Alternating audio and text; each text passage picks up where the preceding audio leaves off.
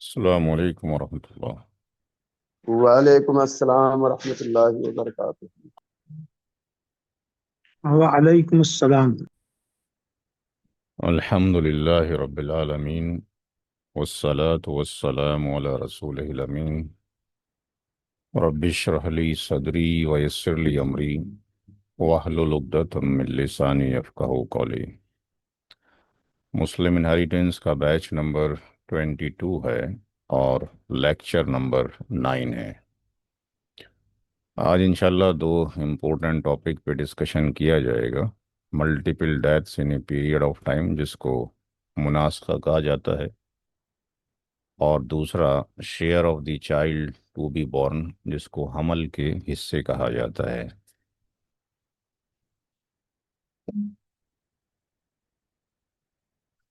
सबसे पहला जो टॉपिक है वो multiple deaths in a period of time है, जो हमने अपनी इस किताब से लिया है। उसका एक किस केस स्टडी आपके सामने रखेंगे, बाकी आप इस किताब के थ्रू इसको परचेज करके पढ़ सकते हैं।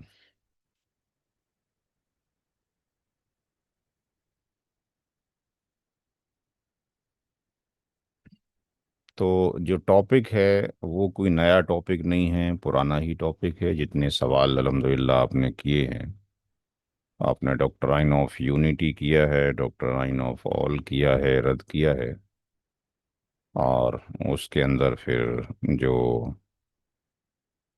असबात हैं यानी रेसिडुअरीज हैं, असबाबी नफसी है, असबाबी गैरी है, असबाब मागैरी है, यानी रेसिडुअरी बाय अनोदर है,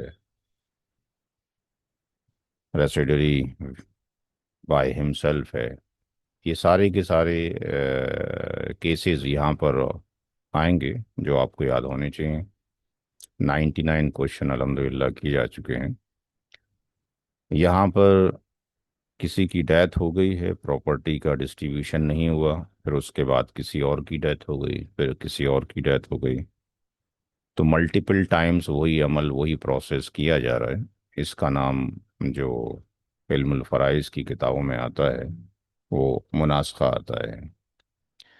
यहाँ पे एक सवाल दे रखा है, इस सवाल को और से पढ़ें और ये बताएं कि इस सवाल में कितनी मौतें हुई हैं और पहली मौत में कितने वारिसीन मौजूद हैं।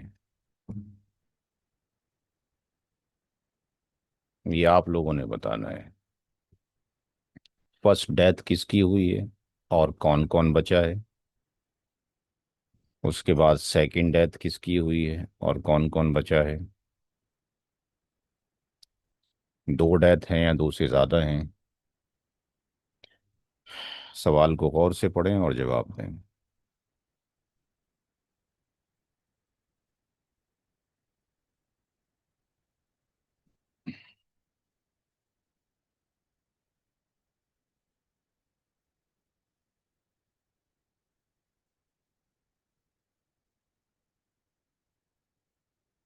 क्योंकि प्रैक्टिकल सिनारियो में जब सवालात आएंगे तो इसी तरीके से आएंगे। जी, पहली डेथ किसकी हुई है। पहले सलीमा की डेथ डेथ हुई है। फिर उसके सलीमा। बाद उनकी बेटी करीमा की हुई है। तो पहली डेथ के बारे में हम लिखेंगे, पहली डेथ सलीमा की हुई है। सलीमा ने अपने पीछे किस किस को छोड़ा है। अभी तक तो हम ये लिखते थे कि शौहर है, हस्बैंड है, डॉटर है, वाइफ है, लेकिन अब दो पैरामीटर लिखेंगे। उसका रीज़न इज़ दैट जो कभी बेटी होगी कभी किसी की माँ बन जाएगी, जो किसी की बेटी होगी कभी किसी केस में जाके वाइफ बन जाएगी, तो फिर बड़ा मुश्किल है कैसे रिकॉग्नाइज करें। तो यहाँ पे जब आप लिखेंगे तो आप दोनों पार्ट लिखेंगे, यानी यहाँ लिखेंगे हस्बैंड है, लेकिन इसका जो हस्बैंड है कौन है उसका नाम आप ब्रैकेट में लिखेंगे, जैसे यहाँ पे कहा गया कि उसका नाम क्या है, मुनीर। मुनीर मुनीर। है। दूसरा, उसने छोड़ा अपनी बेटी को, तो यहाँ पे आप डॉटर लिखेंगे। डॉटर का नाम करीमा है। तीसरा, उसने अपनी माँ को छोड़ा है और इस माँ का नाम अजीमा है। कोई और भी मौजूद है पहली डेथ में या यही लोग मौजूद हैं। अकॉर्डिंग टू द क्वेश्चन अपनी तरफ से कोई एडिशन नहीं करना है, जो सवाल में दिया गया है उसी को यही लेके चलते हैं। सिर्फ यही मौजूद है। केवल यही ये है। तीन ही मौजूद हैं। दूसरी डेथ किसकी होती है? करीमा की। डॉटर की। करीमा नहीं, अब डॉटर नहीं बोलेंगे, जी। फिर कंफ्यूजन क्रिएट होगा। करीमा की होती है। अब करीमा की जब मौत हुई है तो करीमा ने अपने पीछे किस किस को छोड़ा है? 3 बच्चे, एक बेटी, 2 बेटे, तो और यहाँ पे अपनी माँ। हम लिखेंगे सन। सन का नाम क्या है? खालिद है। एक उसने खालिद को छोड़ा है। दूसरे सन सन को छोड़ा है जिसका नाम हामिद है। और एक डॉटर को उन्होंने छोड़ा है जिसका नाम सालेहा है। इसके बाद भी किसी को छोड़ा है क्या? कोई और भी नहीं। जी बच्चा है? जी जी। हम्म। इस हम्म। इसके साथ जो है हस्बैंड, हस्बैंड यानी कि फादर। बाप जिंदा है और माँ जिंदा है, नहीं दादी जिंदा है। क्या लिखे हैं यहाँ पे? दादी फादर है। फादर करीमा के नहीं, फादर और फादर। दादी। करीमा के फादर कौन है? मुनीर मुनीर। है। मुनीर। और कौन है? नानी, नानी जिंदा है, अजीमा। नानी जिंदा है, नानी यानी है जी।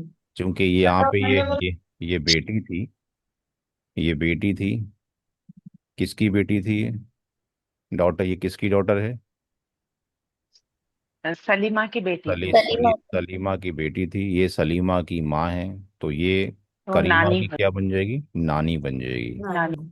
तो मैटरनल ग्रांड मदर। तो अब ये अजीमा यहाँ पर आ जाएगी। ठीक है जी।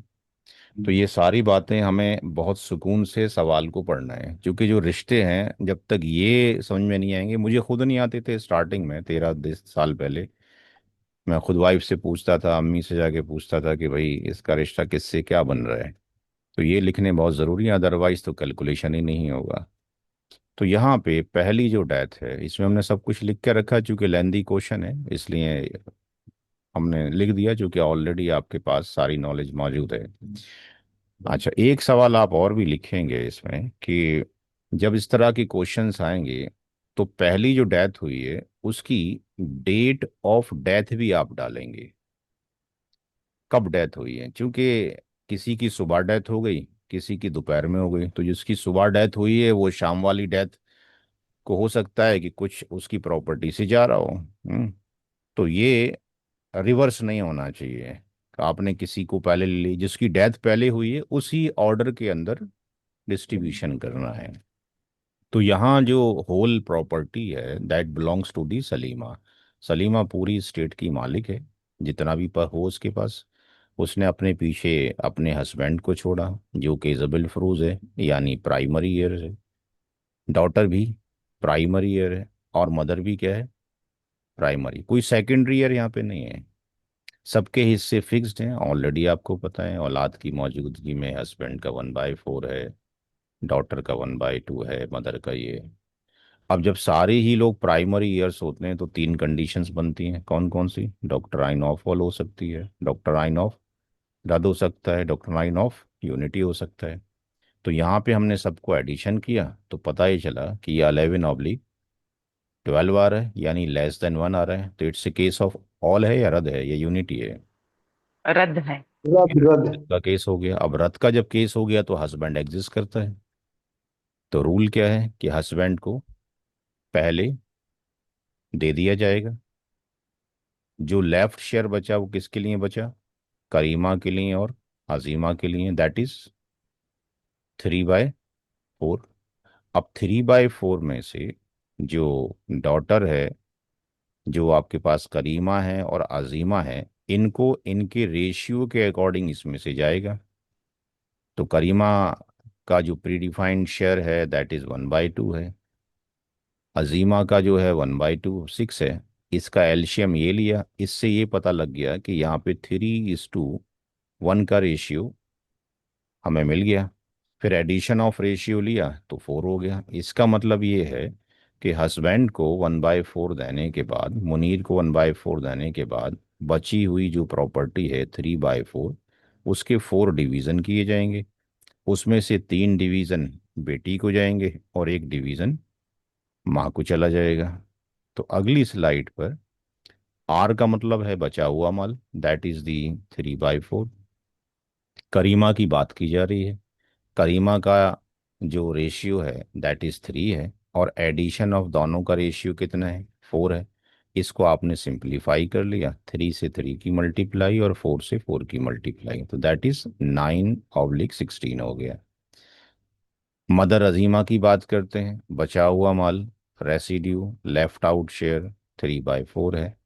माँ का शेयर 1 है, 4 डिवीजन में से एक हिस्सा जाएगा, ये 3/16 हो गया। तो यहाँ पे फर्स्ट डेथ की हमने समरी लिख दी कि यहाँ पर सलीमा की डेथ हुई जो मुनीर की वाइफ थी, और उसके मरने के बाद उसके वारिसों के इंडिविजुअल एयर्स ये हो गए, प्रॉपर्टी का तकसीम नहीं हो पाया, और फिर दूसरी मौत हो गई। दूसरी जो मौत हुई, दूसरी जो डेथ हुई, वो किसकी हुई, करीमा की हुई। अब करीमा की प्रॉपर्टी डिस्ट्रीब्यूट नहीं हो रही है, प्रॉपर्टी सलीमा से चली आ रही है, करीमा की अपनी प्रॉपर्टी है, वो इंडिविजुअल कैलकुलेशन होगा, राइट। ये हम मुनासखा की बात कर रहे हैं, फर्स्ट डेथ जिसकी हुई है वहां से डिस्ट्रीब्यूशन कैरी ऑन हो रहा है, तो इसको इसकी प्रॉपर्टी में ना जोड़ें, करीमा की प्रॉपर्टी में, ओके। इसको सेपरेट कैलकुलेट करेंगे, तो सलीमा से इसको कितना मिला, 9/16। इसकी जिंदगी में मिल जाता तो ये फिर आपके पास मुनासखा वाला पार्टी नहीं होने वाला था, फिर तो बात ही खत्म हो जाती। अब मुनासखा इसलिए हो रहा है क्योंकि इसकी डेथ हो गई, प्रॉपर्टी का डिस्ट्रीब्यूशन हुआ नहीं, ये कैरी ऑन यहाँ पर हो गया।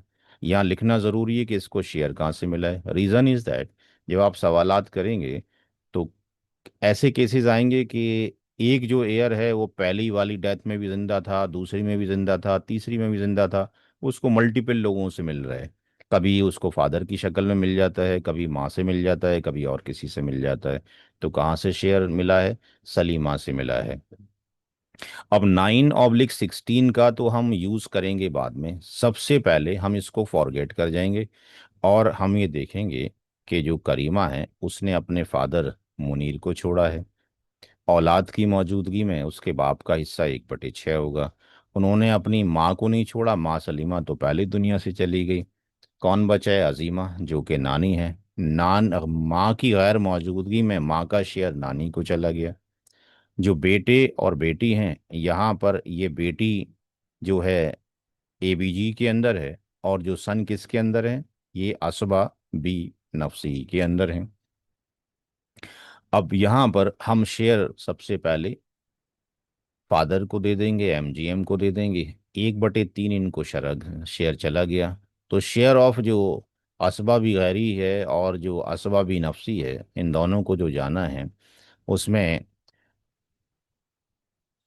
पूरी प्रॉपर्टी में से ये किसकी प्रॉपर्टी में से, ये प्रॉपर्टी का डिस्कशन सलीमा का नहीं हो रहा, ये अभी किसका हो रहा है, करीमा का हो रहा है। करीमा की प्रॉपर्टी में से 1/3 माइनस कर दिया जाए तो 2/3 आ गया। 2/3 will be distributed between the son Khalid, Hamid और डॉटर स्वालिया। इनके ये रेशियो आ गए, हर सन के 2 हिस्से और डॉटर का एक हिस्सा आ गया। यहाँ पर खालिद, हामिद और स्वालिया के रेशियो का एडिशन कर दिया गया। अब खालिद का शेयर निकालें या हामिद का शेयर निकालें, ये आर की वैल्यू 2/3 है जो यहाँ से कैरी हो रही है, और जो ये 5 है ये एडिशन ऑफ रेशियो ये आ गया, और जो निस्बत है वो ये आ गई। इसको सिंप्लीफाई कर लिया गया, 4/15 आ गया, तो 4/15 शेयर हामिद का भी आ जाएगा एग्जैक्टली सेम। स्वालिया का बचे हुए माल में से 5 डिवीजन किए गए, and we are giving the 1 share to this Swalia, तो उसको 2/15 हो गया। यहां तक हमने इंडिविजुअल शेयर निकाले, किसके, जो कि करीमा के थे। तो करीमा की इंडिविजुअल प्रॉपर्टी के शेयर तो इस तरीके से यहाँ पे हो जाएंगे, लेकिन जो प्रॉपर्टी उसको सलीमा से मिल रही है, हमें तो उसका कैलकुलेशन करना है। उसकी अगर करीमा की अपनी प्रॉपर्टी होती तो स्टेप नंबर 4 की हमें ज़रूरत नहीं होती यहाँ पे। स्टेप नंबर 4 की ज़रूरत इसलिए हो रही है कि सलीमा से करीमा को जो मिल रहा है वो 9/16 मिल रहा है। अब इसका यूज़ कैसे हो, तो हमने जो प्रीवियस कैलकुलेशन किया स्टेप नंबर 3 तक, वहाँ से जो फादर मुनीर है उसको पता लग गया कि उसका हिस्सा 1/6 करीमा के शेयर में से। तो हम चूंकि सलीमा की प्रॉपर्टी से लेके आ रहे हैं मुनासखा का पार्ट, तो यहाँ पर उसको करीमा का शेयर जो उसको वहां से सलीमा से मिला है वो 9/16 है। अब इसका आप सिंपलीफाई करेंगे, बिना इसके काम नहीं होगा।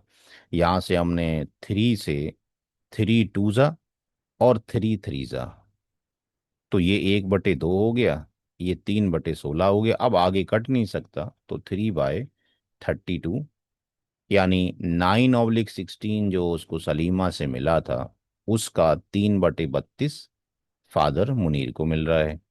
अजीमा को भी सेम ही मिल रहा है, क्योंकि उसके भी 1/6 ऑफ दी करीमा शेयर है।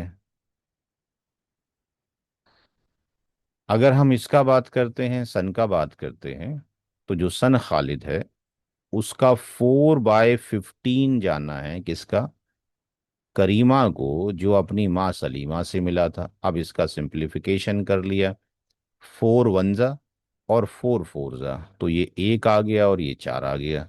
और यहाँ पे 3 3 और 3 5 तो ये 5 आ गया, ऊपर 3 आ गया। अब इसको सिंप्लीफाई कर लिया, 3/20 हो गया। तो खालिद का भी 3/20 हो गया।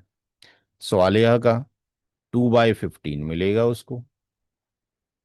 9/16 का इसको सिंप्लीफाई कर लिया, 2 1 और 2 8 तो 1/8 आ गया। 3 3 और 3 5 तो ये सिंप्लीफाई करके ये आ गया।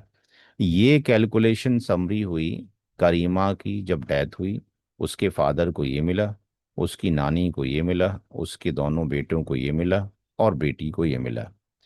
अब इनमें से कुछ लोगों को 2 बार शेयर जा रहा है। किस किस को जा रहा है 2 बार शेयर?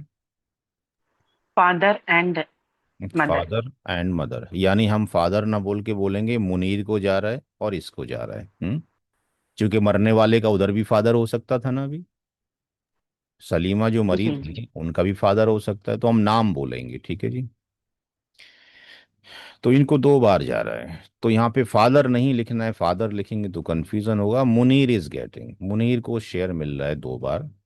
1/4 मिल रहा है अपनी वाइफ से। अब केवल वाइफ ही लिखेंगे तो कंफ्यूजन होगा, इसलिए साथ में नाम डाल दिया कि वाइफ कौन है, सलीमा है। अब चाहे ब्रैकेट में रखें कैसे भी रखें।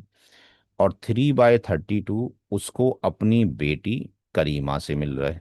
अब यहाँ पे लिख दिया कि भाई ये 1/4 किससे मिला है, 1/3/32 किससे मिला है, इनका जब एडिशन लिया फ्रैक्शन का, तो ये 11/32 आ गया। अब ये कैलकुलेशन जो है पेचीदगी होती चली जाएंगी, बड़ी बड़ी कैलकुलेशंस आएंगी काफ़ी, क्योंकि ये तो सिंपल सा छोटा सा सवाल हमने लिया है। अजीमा को 2 बार मिल रहा है। अजीमा सलीमा की माँ थी, उसको ये मिला।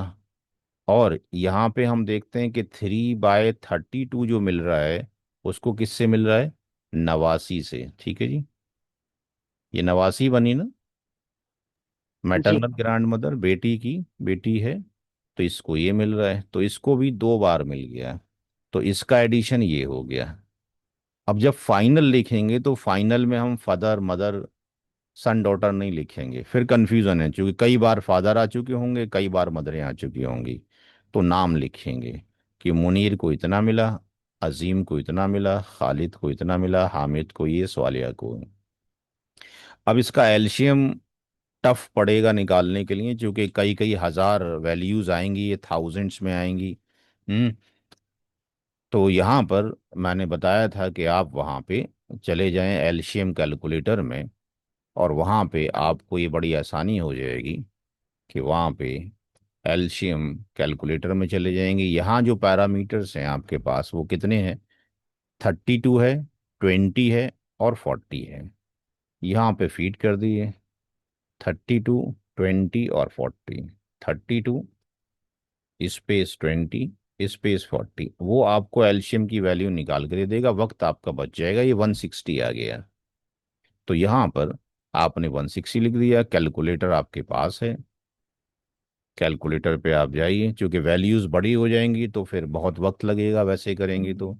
160 को आपने डिवाइड कर दिया कौन से नंबर से, 32 से। 32 से आपने इसको डिवाइड किया, ये मैं दूसरा पेन ले लेता हूँ। 32 से आपने इसको डिवाइड किया, तो 32 से जब आप इसको डिवाइड करेंगे तो ये वैल्यू कितनी आ जाएगी? ये वैल्यू आपके पास आ गई 5। इस 5 की मल्टीप्लाई आपने किससे कर दिया? 11 से कर दिया, तो ये 55 आ गया। सिमिलरली यहाँ पे 160 को आपने डिवाइड किया फिर 32 से, यानी 5 आया। 5 की मल्टीप्लाई ऊपर 9 है, दैट्स वाई वो 45 आ गया। ठीक है। तो ये सारा इस तरीके से, जिन लोगों को नहीं आता इसलिए मैंने ये बता दिया है यहाँ पे, कुछ लोगों को इसमें अभी भी दिक्कत है। तो यहाँ से 8 से मल्टीप्लाई 3 का कर दिया, तो ये वैल्यूज़ आ गई, इन सबको जोड़ लिया। तो यहाँ से जो भी फतवा आपको मिलेगा इमारत शरिया से, या आपके पास देवबंद से, या नदवा से, उसमें ये होगा कि मरने वाला जो शख्स है उसकी प्रॉपर्टी के 160 हिस्से किए जाएंगे, और उसमें से 55 हिस्से मुनीर को जाएंगे, 45 इसको जाएंगे, 24 इसको जाएंगे, 24 इसको, 12 इसको जाएंगे। परसेंटेज बेस में निकालना है तो परसेंटेज बेस आप यहाँ से कैलकुलेशन कर सकते हैं कि भाई यहाँ पर जो वैल्यूज़ दे रखी हैं, दैट इज़ दी 11/32, डायरेक्टली यहाँ से आप निकाल देंगे कि इसका जो परसेंटेज है वो कितना है, 34.37। तो ये आपके पास 34.37% जो है मुनीर का चला गया। उसके बाद दूसरा जो वारिस है, दैट इज अजीमा है, 9/30, 9/32, 28.13 इनका शेयर आ जाएगा, 28.13। तो ये 28.13% दूसरे वारिस का आ गया। तीसरा जो वारिस है दैट इज़ 3/20 है, और ये 15% हो गया, इसको 15% जा रहा है। तो 15% हामिद खालिद को गया, 15% आपके पास उसको गया। स्वालिया का 3/40 है, दैट इज़ 3/40 है, उसको जो है 7.5% जा रहा है। ये पूरा अप्रॉक्सीमेटली 100% हो जाना चाहिए। तो 34.37 प्लस 28.13 प्लस 15 प्लस 15 प्लस 7.5, तो ये 100% हो गया। तो इस तरीके से परसेंटेज में निकाला जा सकता है। तो इस तरह के ये दो डेथें हैं, आपके पास मल्टीपल डेथ हो सकती हैं, और तो उसका कैलकुलेशन में सिर्फ आपके पास जो स्टेप नंबर ये था ये इंक्रीज होता चला जाएगा, क्योंकि पहले वाले के अंदर स्टेप नंबर 4 नहीं है। सेकंड डेथ आएगी, थर्ड डेथ आएगी, फोर्थ आएगी, ये स्टेप नंबर 4 एडिशन होता रहेगा। तो इसका होमवर्क मैं आपको भेज दूंगा क्लास के बाद व्हाट्सएप के ऊपर। तो ये था एक पहला पार्ट। दूसरा जो पार्ट है वो है share of the child to be born, ये भी इसी बुक के अंदर है। जनरल रूल तो ये है, इसको हमल के हिस्से कहा जाता है, कि जब दुनिया में बच्चा आ जाए तो ये पता लग जाएगा कि वो मेल पैदा हुआ है कि फीमेल पैदा हुआ है, तब विरासत की तकसीम होनी चाहिए। लेकिन मसला ये है कि जब प्रॉपर्टी करोड़ों की होती है तो फिर किसी की डेथ के बाद इमीडिएटली अफरा तफरी मच जाती है, और हम चाहते हैं बस जल्दी से प्रॉपर्टी डिस्ट्रीब्यूट हो जाए और हमें मिल जाए।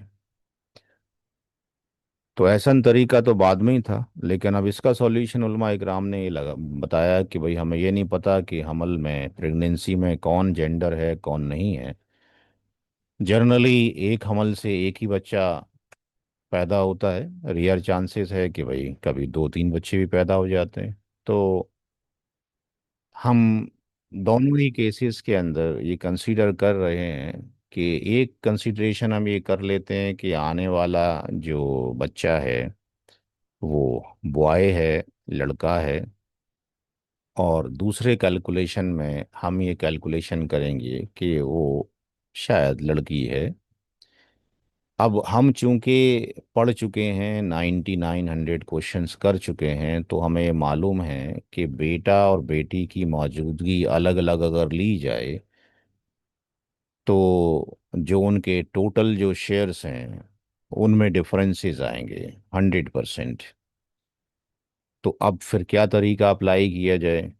तो यहाँ पे दोनों के जो इनहेरिटेंस शेयर्स आए हैं, मान लेते हैं कि भाई एक केस में फॉर एग्जांपल 32 आए और दूसरे केस में 24 आए। तो इन दोनों को किसी को भी ऊपर नीचे रख सकते हैं। इन दोनों को किसी ऐसे नंबर से डिवाइड करेंगे जो पूरा पूरा डिविजिबल हो जाए।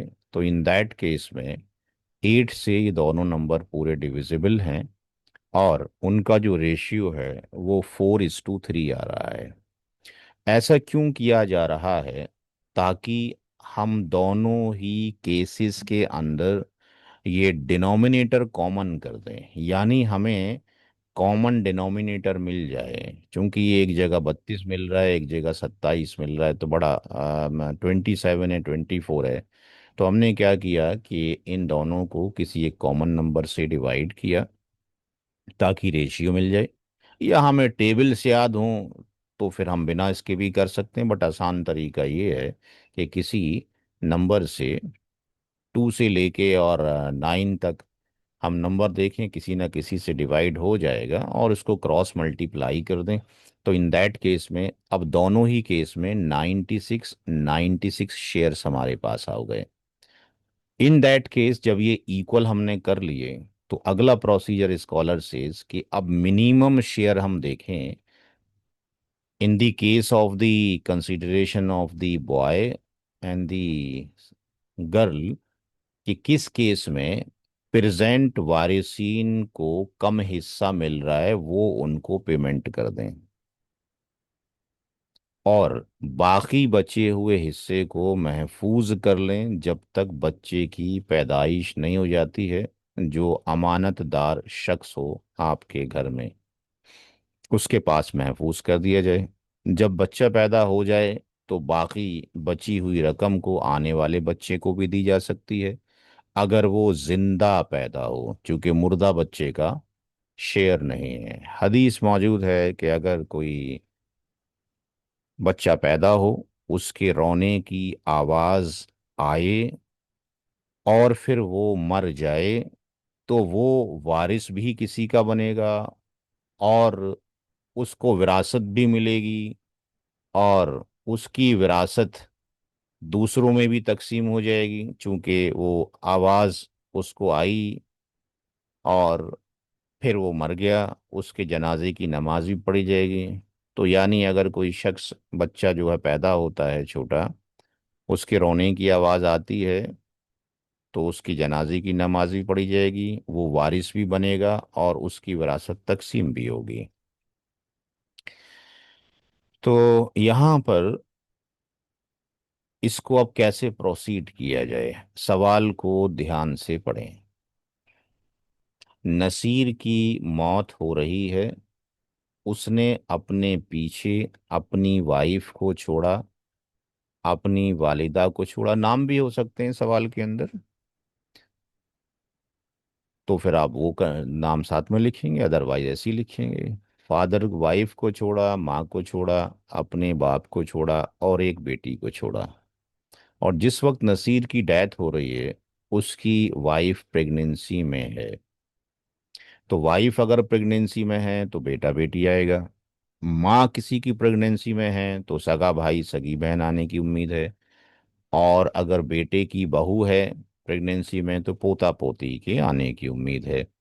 तो यहाँ पर दो कंसीडरेशन हम करेंगे। यहाँ क्वेश्चन ये है कि जो वारिसीन हैं वो डिमांड कर रहे हैं प्रॉपर्टी का डिस्ट्रीब्यूशन किया जाए नसीर की, तो कितना शेयर हर एक को दिया जाए और कितना महफूज कर लिया जाए।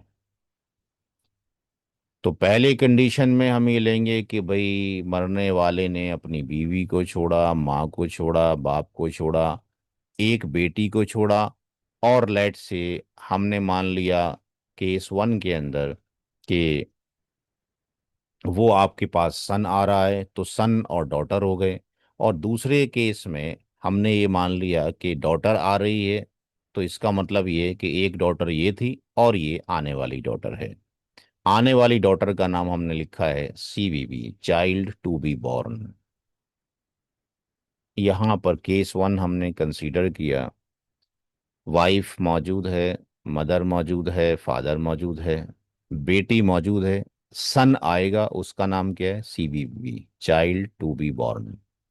तो बेटी आपके पास ABG हो जाएगी और बेटा ABN हो जाएगा या रेसिडरी बाय हिमसेल्फ हो जाएगा। वाइफ का शेयर औलाद की मौजूदगी में 1/8, माँ का शेयर औलाद की मौजूदगी में 1/6 और फादर का 1/6 due to the son. Total share निकाला जाएगा 11 ऑब्लिक इतना हो गया। अब जो रेसिडुअरी हैं असबाबी गैरी ही और ABN असबाबी नफसी ही, इन दोनों का शेयर जो जाएगा वो 13/24 में से जाएगा। 13/24 डिवाइड होगी बेटा बेटी में, एक CBB के अंदर और एक जो एग्जिस्टिंग डॉटर है। इनका रेशियो 2:1 बना, एडिशन 3 हो गया। बेटे को बचे हुए माल में से 2/3 जाएगा तो दैट इज 13/36। और बेटी को बचे हुए माल में से 1/3 जाएगा, दैट इज 13/27। तो पहले केस में हमने ये देखा कि पूरी प्रॉपर्टी के 72 हिस्से हो रहे हैं। ये बताने की ज़रूरत नहीं है, जब आपको सारा आता है। 9 शेयर वाइफ को जा रहे हैं, मदर को 12, फादर को 12, CBB आने वाले बच्चे को इतने जाएंगे और डॉटर को इतने जाएंगे। ये पहला हमने कंसिडरेशन किया, अभी विलादत नहीं हुई है। दूसरी कंसिडरेशन ये किया कि आने वाला जो औलाद है वो सेकंड डॉटर है CBB। वाइफ को 1/8 ही जाना है, माँ को 1/6 ही जाना है, लेकिन वालिद साहब का पैरामीटर चेंज हो जाएगा, वो असबाब ही बनेंगे और जबिल फरूज तो बनना ही बनना है। लेकिन फादर को आर तब जाता है जब प्राइमरी ईयर्स को देने के बाद बच जाता है। तो दो बेटियों का 2/3 हो गया। जब कैलकुलेशन किया तो पता लगा 27/24। तो ये कौन सा मसला बन गया? ऑल। ऑल बन। ऑल। तो हमने रद वाला भी पार्ट देख लिया, ऑल भी आ गए। तो ये बन गया ऑल। जब ऑल बन गया तो इन दैट केस में ये कट किया जाएगा और ये 27 किया जाएगा, यानी पूरी प्रॉपर्टी कितने हिस्से होंगे अब? 27। तो यहाँ पर 27 पार्ट्स में डिवाइड किया जा रहा है। 3 हिस्से वाइफ को जा रहे हैं, 4 4 मदर फादर को, 8 पहली डॉटर को और 8 दूसरी डॉटर को। तो अब यहाँ केस क्या हो गया कि वहाँ जो स्कॉलर ने तो ये कहा था कि भाई मिनिमम शेयर दे दिया जाए, लेकिन कैसे दें भाई? कोई इस बात तो समझ में नहीं आ रही। यहाँ 3 शेयर है, वहाँ पे आपके पास जो है इधर 9 शेयर है, कहीं ज़्यादा है कहीं कम है। तो तरीका क्या है कि इन 27 और 72 दोनों को किसी एक नंबर से डिवाइड कर लिया जाए। वो नंबर कौन है? 9 से डिवाइड कर लिया गया। तो 9 से जब डिवाइड कर लिया गया तो रेशियो कितना आ गया? 8:3। क्योंकि यहाँ से 9 से डिवाइड किया तो ये 8 हो जाएगा, यानी यहाँ ये 8 हो गया और आपके पास 3 हो गया। इसके रेशियो को हमने सामने रख दिया, क्रॉस मल्टीप्लाई किया, तो ये 216 शेयर बन गए, केस 1 में भी अब और केस 2 में भी। तो अब हमने क्या करना है कि केस 1 के अंदर बीवी को जो 9 जा रहे थे उसकी मल्टीप्लाई 3 से कर दें, मदर को भी 3 से मल्टीप्लाई, हर एक फर्द के इंडिविजुअल शेयर को इससे मल्टीप्लाई कर दें। तो बिफोर मल्टीप्लिकेशन 72 थे, आफ्टर मल्टीप्लिकेशन 216 हो गए। और केस 2 में, केस 1 में आपने सन लिया है, राइट? केस 2 में you are taking the daughter as in the consideration.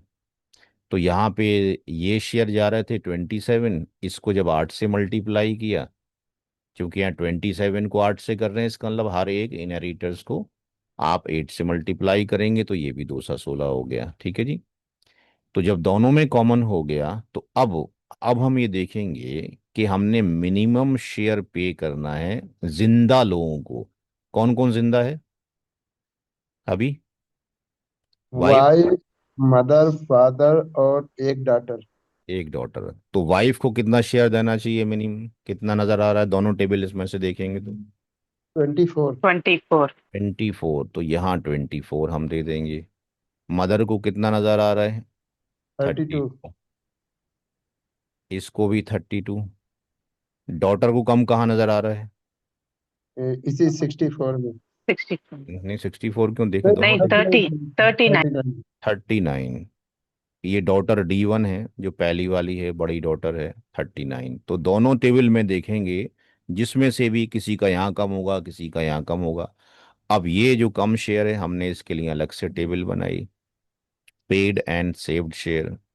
इनको पे कर दिया 127, टोटल 216 थे, इसको माइनस कर दिया 89, सेव कर दीजिए। आने वाले बच्चे को चला जाएगा, अगर जिंदा पैदा होगा तो। मुर्दा होगा तो बाकी नहीं लोगों में तकसीम होगा। तो अब 89 को महफूज कर लिया जाएगा। अब हो सकता है कि 1 महीने के बाद डिलीवरी हो जाए, हो सकता है अभी 8 महीने के बाद हो, तो जब तक महफूज रखने का है। एक कॉल है भाई। जी बोले।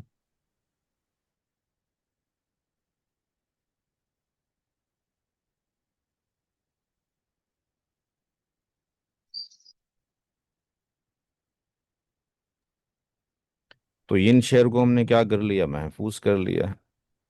अब तब तक महफूज रखना है जब तक कि पैदाइश नहीं हो जाती है।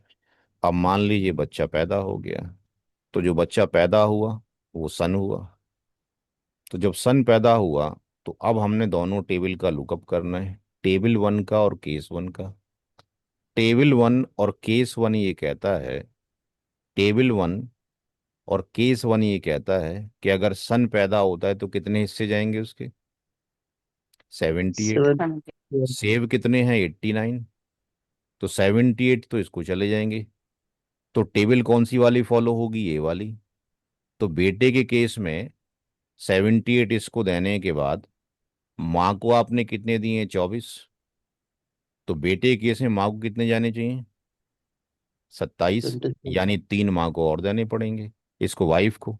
मदर को 32 दिए, 36 देने पड़ेंगे, यानी 4 देने पड़ेंगे। तो ये सारा एक्सप्लेनेशन हमने यहाँ मेंशन कर दिया कि टेबल 2 ये कहती है 89 शेयर महफूज हैं, और टेबल 1 ये कहती है 78 हिस्से बेटे के हैं। तो यहाँ पर 78 हिस्से बेटे को दे दिए जाएंगे। माँ वाइफ को 24 ऑलरेडी दिए जा चुके हैं, इसलिए 3 देने हैं। और मदर फादर को 32 दिए जा चुके हैं, इसलिए 4 4 शेयर देने हैं। अब यहाँ पे अगर बेटी हुई, तो टेबल 1 और केस 2 फिर उसी टेबल में जाना है। तो टेबल 1 केस 2 में देखने, आने वाली औलाद जो बेटी है उसको 64 जाएंगे। तो 89 में से 64 यहाँ चले गए।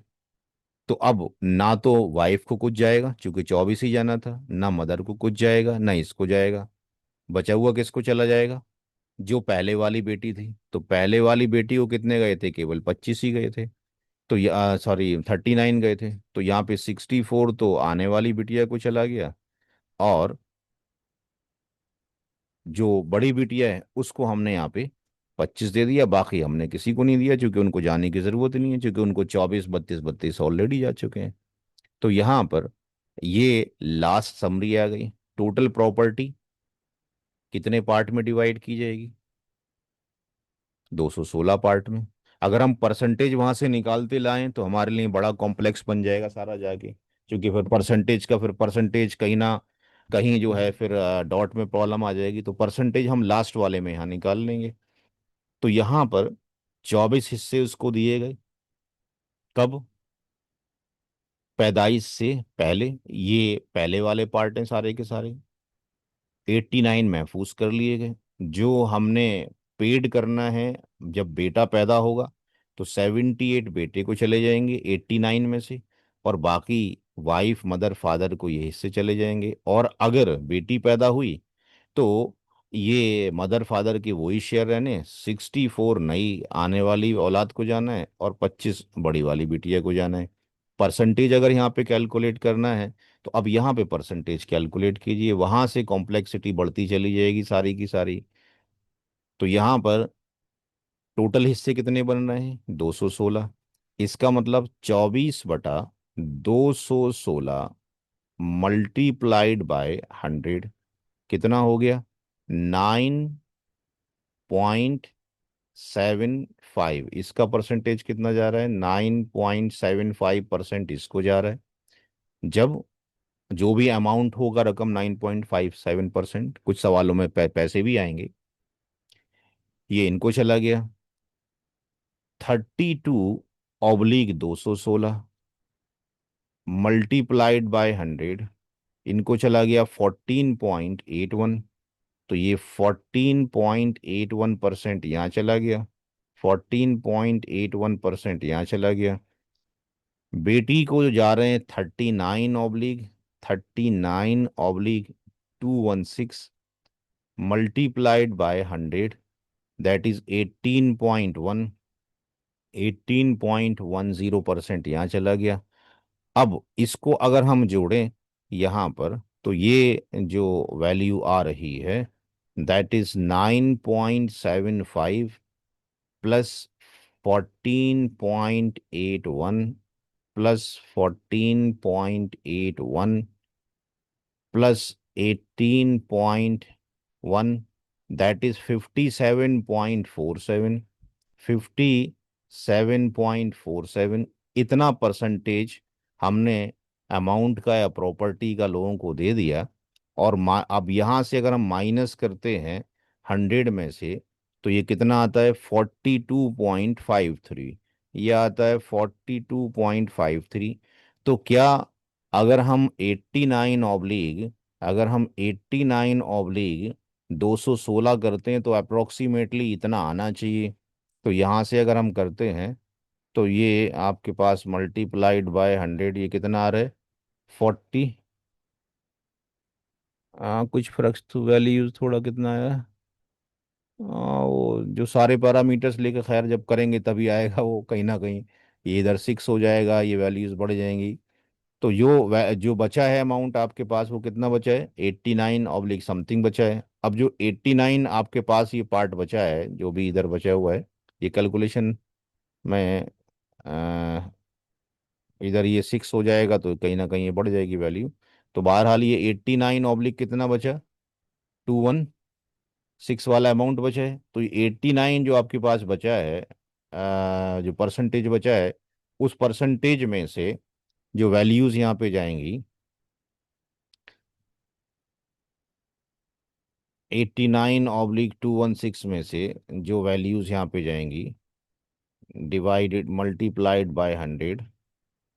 अब इसमें से जो वैल्यूज जा रही है ये कितना जा रहा है, 78। इसको जा रहा है 216 का ही जा रहा है, राइट। तो 216 का 78 divided by 217 multiplied by 100 that is 36 point, ये इसको जा रहा है 36.11% जा रहा है। And that is 3/216 multiplied by 100 that is 1.39, ये 1.39% इसको जा रहा है, 1.39। और 4 कितना हो गया, दैट इज 4/216 मल्टीप्लाइड बाय 100, ये 1.86 हो जाएगा। ये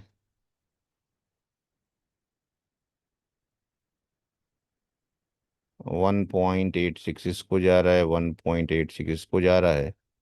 तो ये वैल्यू यहाँ से ऐड कर लीजिए, 1.86 प्लस 1.86 प्लस 1.39 प्लस 36.11।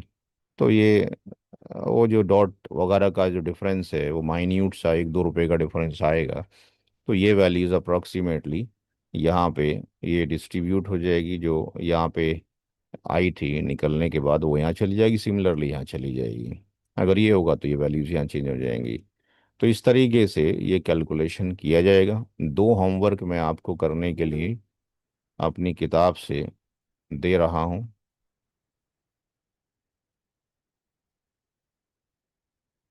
जो आपको मैं व्हाट्सएप पे अभी थोड़ी देर में भेज देता हूँ। एक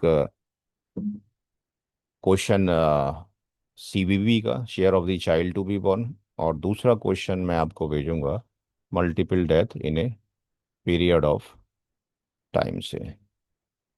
अगले उसमें जो टॉपिक होंगे वो टॉपिक भी इम्पोर्टेंट है। उसमें शेयर ऑफ दी हम जो लेंगे वो ग्रांड चिल्ड्रंस के लेंगे, यानी पोता पोती के हिस्से।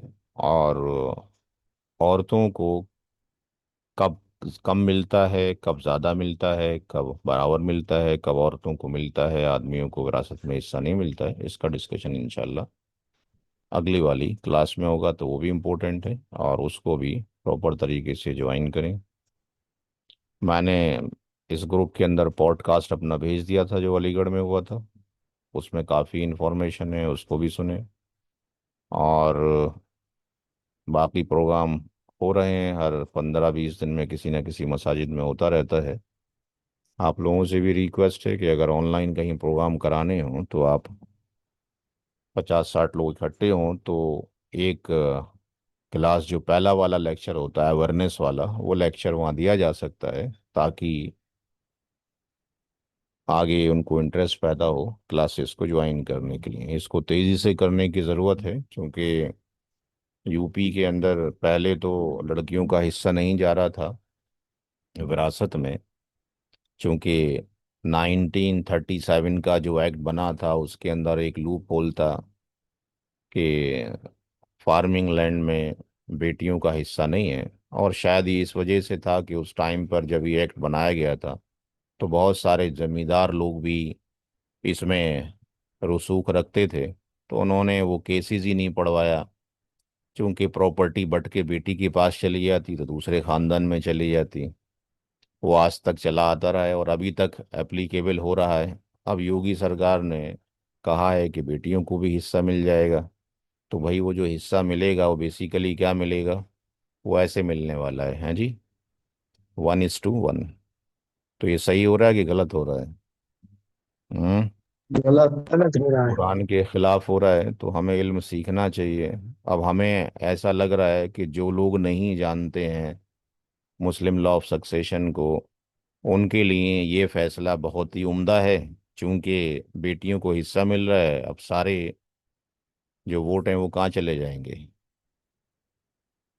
वो इस केस के अंदर सारे वोट पड़ जाएंगे, सब पॉलिटिकल होते हैं बीजेपी। सारा। तो हमें चाहिए कि इस इल्म को सीखें और अपने मसाइल को अपने इदारों में सॉल्व करने की कोशिश करें, तो ज़्यादा मुनासिब होगा। लॉयर्स को ज्वाइन करवाएं क्लासेस, ताकि वो सीखें और आगे काम करें। बहुत ज़रूरत है इस इल्म की। आज की क्लास को एंड करते हैं, थोड़ी देर में आपको इंशाल्लाह भी मैं पोस्ट कर रहा हूँ आपके ग्रुप। सर, सर एक बात कहनी थी। जी। वो ये कहनी